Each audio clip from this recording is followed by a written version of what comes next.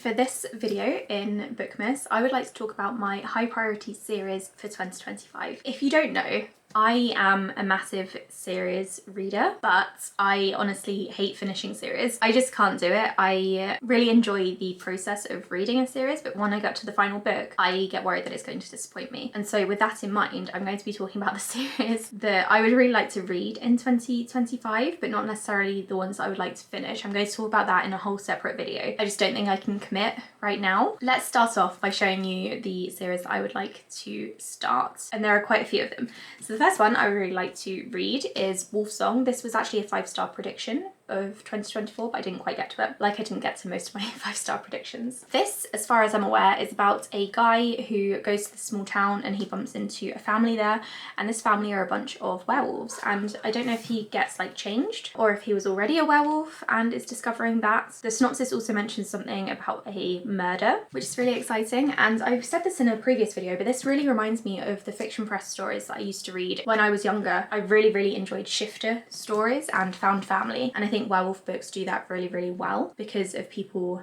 changing and then joining a new pack. I think that's the element of werewolf and shifter fiction that I really enjoy, so I'd really like to read this. I don't think I'll read the whole series, but I'm hoping to at least read the first book soon so that I can see if I like it or not and then carry on getting the hardbacks. Another series that I would really like to start is a fantasy series. It starts with The Ninth Reign, and I don't really know what the series is about other than my friend Angela really enjoyed it, and I honestly can't really tell you anything about it without looking at the synopsis. It says here that the city of Abora once glittered with gold. Now its streets are stalked by wolves. Tormelin the Oathless has no taste for waiting to die while the realm of his ancestors falls to pieces. Talk about a guilt trip. Then there's an eccentric explorer called Lady Vicentia, who offers Tormelin employment so he can then see a way out. It says here that it's about the Ninth Reign falling. I'm looking forward to this one. I'm a bit intimidated by it because not everyone has loved it, but people who my tastes normally align with have really enjoyed it, so I have a good feeling, and the whole trilogy is already out.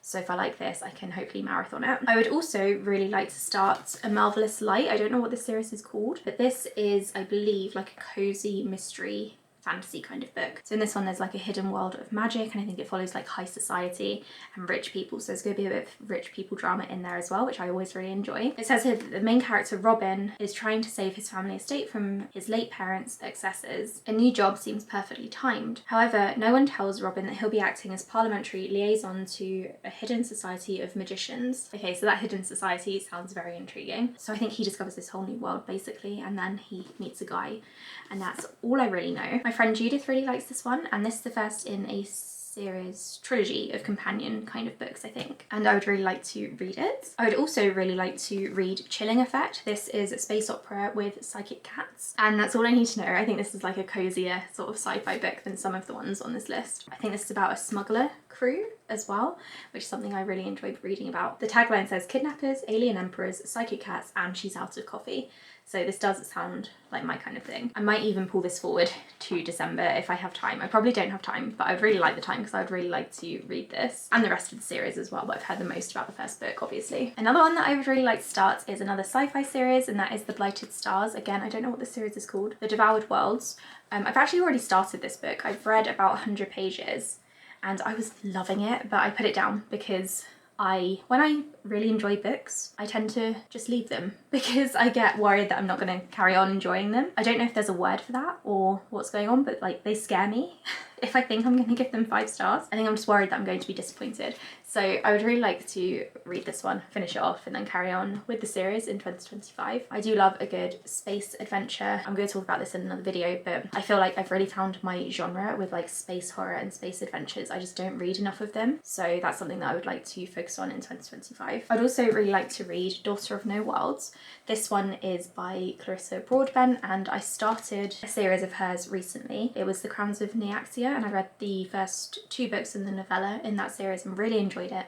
And I actually meant to pick this one up first. So this is a fantasy series. The main character was a slave, but she escaped slavery somehow. I don't know if she was sort of let go or bought out or something. Oh yeah, so it says here that the night that she tried to buy her freedom, she murdered the most powerful man in the country or kingdom, and so she has been forced to flee. So it's not that she has gained her freedom, it's she has forcibly taken it, which I love, I fully support. So then she joins a sort of group of people who I believe are trying to overthrow the government, and I think she has to go back for her friend or something. That's as much as I know, but I have heard people say really good things about this one. I was going to read it for Becca and the Books' read-along, but I just didn't get around to it in time. I'm not very good at sticking to readathons and read-alongs and things, so I didn't do that. But I do know that I really like this author's writing, and I would like to read this whole series, hopefully in 2025 if I enjoy it. But I think that this is something that I will really enjoy. I do really enjoy reading about Spartacus-like stories, and that kind of sounds like what this is about, sort of slave rebellions and things, and bringing down awful governments. I just think it sounds really good. And then the last one that I want to start, I've got more series that I would like to read, but the last one I want to start is Empire of Silence. So I have had this book for absolute years. I got it from the publisher when it first came out in, what, 2015? 2018. Okay, so it's not as bad as I thought. I think I received it unsolicited, and I was intrigued by it, but I just never picked it up. And then my husband did. He read it and really enjoyed it. And I think it could be one that I also really enjoy. I know some people don't really get on with this one because it's so dark and the story doesn't, I think the story like kind of loses its way in the middle. But I think knowing that and knowing that the rest of the series really picks up and improves, I think I can make it through this first book. This does sound like something that I will enjoy. So this is about a man called Hadrian, who we know has destroyed this entire like planet or galaxy or universe, I don't really know. He's destroyed something major and has committed genocide. And so we start from the beginning of his story, and we follow him in the lead up to that and what led him to do this awful thing. And I'm hoping it's not going to be too like dramatic and bro-y. You know when you can tell books are written by men? I don't really know how to explain it. I'm sure you know what I'm talking about. But nevertheless, even though I'm a bit hesitant about this one, I am looking forward to reading it. I do think it's something that I could enjoy. So I'm hoping to start this one in February, not January, because I'm trying not to commit to too much in January because I'm going to be away for half of the month. So I just need to chill. And not try to do too much, but I'm looking forward to this. Another one I'd really like to carry on with is one that you've seen in so many TBR videos. It's actually embarrassing. I would like to carry on with the Expanse series. I've only read the first book and I really enjoyed it, and I'm really upset that I haven't carried on with the series soon enough because I've forgotten a lot about the first book, although I did write a recap and I know that I can also watch a couple of episodes of the show to try and like get myself back into the headspace of this universe, galaxy. So this is the second book, Caliban's War. This is the one that I am on, and I have started this so many times. I've read the first 2 chapters probably about 5 or 6 times at this point, and I know that I like the writing style, so it's really annoying that I haven't carried on with it. I think I'm again feeling that freeze that I'm feeling with The Blighted Stars, where I know that I'm going to enjoy it and I'm just scared that it's going to let me down, even though I know that I'm going to enjoy it.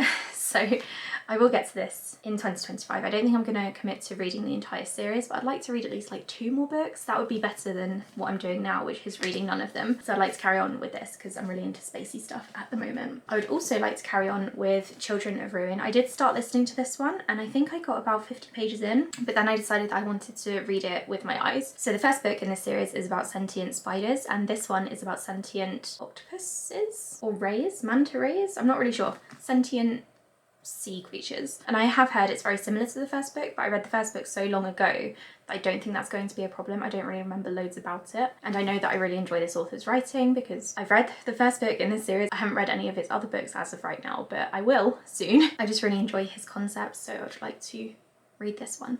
I don't know if I will commit to reading Children of Memory in 2025. I might explore some of his other books because he has written a lot, and I think I will probably want a break in between these 2 books if they are as similar as people are saying. So yeah, I'd like to read this one. And then finally, my friend Ida is going to be very pleased with me. I'm planning on carrying on with The Girl of Fire and Thorns. So we read this one together back in like 2013. Well, she read it first and then she recommended it to me. I read the first 2 books, then I just never carried on, but this is one of her all-time favourite fantasy series, and I'm a really bad friend because I've not finished it. So I found this edition on eBay and I'm really glad I did because this hardcover is so much nicer than the UK paperback editions. So I would like to at least reread the first book in 2025. There's absolutely no reason why I can't. And then I can maybe reread the second book as well. And then maybe marathon the entire trilogy, but I doubt that's gonna happen realistically. I'm gonna commit to this one for now and then we'll see what happens. But I would really like to reread it because I remember really enjoying it the first time. So this is about a princess called Elisa, I think, and she is the younger of 2 princesses. That means that she is kind of like the spare and she's less remarkable than her older sister, and so she is going to be sent away to become the secret wife of a king from another kingdom, and that's all I can really remember of the plot. But I remember that she's got a gem on her belly button or something, and that's like the thing that really stands out to me, which is interesting. It's an interesting feature. So yeah, I'd really like to read this one, reread this one, and then read the rest. So I think I have a bunch of really exciting books here. Let me know which ones you think I should start with. I'm definitely in the mood for the cozier ones right now, as well as the sci-fi ones. So like cozy sci-fi would be perfect. So I'm feeling like I might start with Chilling Effect because right now that's the one I'm most excited for. But I am really excited about all of these. I'm hoping that I will do better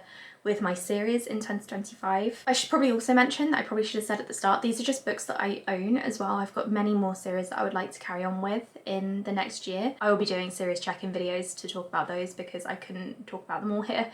There are so many, and I do have a lot of commitments as well because I run the website Recap Tins, in which I recap all the books in a series apart from the last one, so that if readers forget what happens in the previous books, they can check out the website and read a recap and refresh their memories. So I do have a lot of series reading commitments, and let's be honest, I'm gonna have to read Onyx Storm as soon as it comes out. These are the ones on my shelves that excite me the most, and they're ones that I think I will really enjoy, so that's why I put them in this video. So let me know in the comments below which of these you think I should prioritise. Tell me which series you're planning on prioritising in the next year, and also just generally tell me how you do with series. Are you a really good series reader? Do you keep up to date with all of your series, or do you let them fall behind and then get overwhelmed? Please tell me, I would love to know. Thank you for watching, and I'll speak to you again in the next video. Bye!